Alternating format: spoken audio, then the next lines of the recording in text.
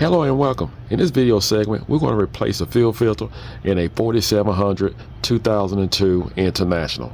If you're not a subscriber, make sure you subscribe right away. So let's begin. You will need a drain pan. Make sure it's right underneath your fuel filter. You're going to need an oil filter wrench to remove your fuel filter.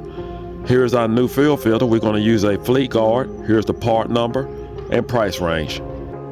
Rotate your fuel filter counterclockwise to remove your fuel filter.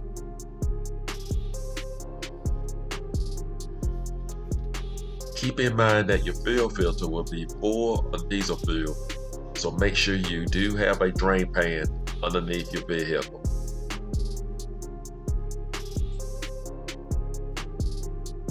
Now that we have the fuel filter removed, one of the most neglected items when servicing a fuel filter is a strainer. It is very important to clean this strainer. And keep in mind, the diesel fuel will actually go through this strainer before it enters inside the fuel filter.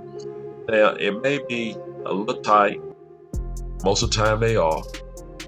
They had to put a wrench on the strainer to remove it.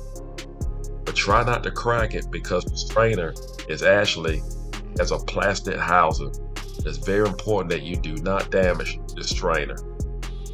But it do need servicing. I have seen cases where a strainer will actually get so clogged that it will prevent a vehicle from running properly. I'm going to use a strap filter wrench and a 1/2-inch ratchet. With this filter wrench, I'm just going to wrap it around the strainer. Now, you may have a different type of filter wrench or a tool that you prefer to use other than this. This is just something that I have that will work great for me. Just going to break it loose. Now you can unscrew it with your hand. Again, this strainer is one of the most neglected items. Look at that water at the bottom. It don't take long for this to happen, depending on where you purchase your fuel. So you definitely want to make sure you service this every time. This can save you a headache. It can save you a lot of trouble.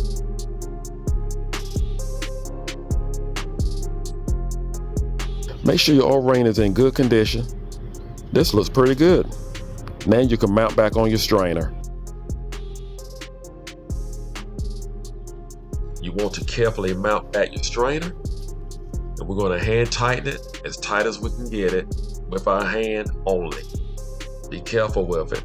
Keep in mind the housing is plastic. Now, there are several ways you can prime your fuel filter. You can use your primer pump right here. Now, let's just say you're having problems with your primer pump or it's not working properly. I like to keep different size plastic plugs in my toolbox. You can put a plug in the center of your fuel filter. This is one way you can bleed a filter and filter it at the same time. You want to fill it all the way to the top. Another way, you can have a bucket of clean diesel fuel and just drop your filter into it and let it bleed itself. Now we just remove the plug and install our filter. So those are the three ways. Now I will say, if you have not used your primer in a while, it will stop working on you. So you want to continue to use your primer as much as possible. It's going to be important that we have the filter full all the way to the top. That's very important, because what you see right here is air, and you do not want that. So you can prime it once we get it up there, mount it onto the base, or you can top it off now. Either way. We just screw in our new filter. You want to hand tighten it. Use your filter wrench and tighten it down. I want to apologize for the glare coming from the sun. After that, we just wipe it off. There are a couple of ports you can use to bleed your fuel system. These two areas here. We're going to use this port here. We're going to use a Phillips screwdriver, put it right in the center, press it up and down until fuel actually comes out. When fuel comes out, that gives you the indication that you have all the air out of your fuel filter. The main thing I like about when you bleed it at the pump, you actually bleeding the strainer and the filter. So that's the main advantage of using the pump. And if you can, if your pump is working, try to use your pump. But again, if your pump is not working, at least this way you have other options as to how to bleed your fill filter. I want to say the disadvantage of bleeding it at the filter only and not through the strainer is that you're going to have an air gap at the strainer, because keep in mind the strainer is now empty.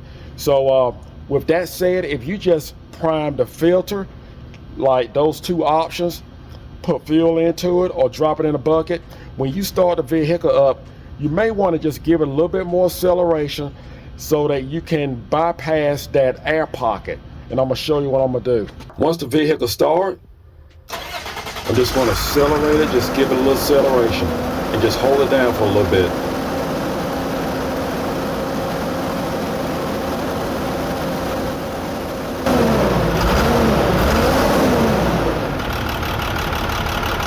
You just want to glance over your filter and your strainer, make sure you have no leaks, and you know how to change your own fuel filter on your DT466 4700 International truck. Also, you know 3 different ways on how to bleed the system. I hope this video was helpful. Do not forget to subscribe.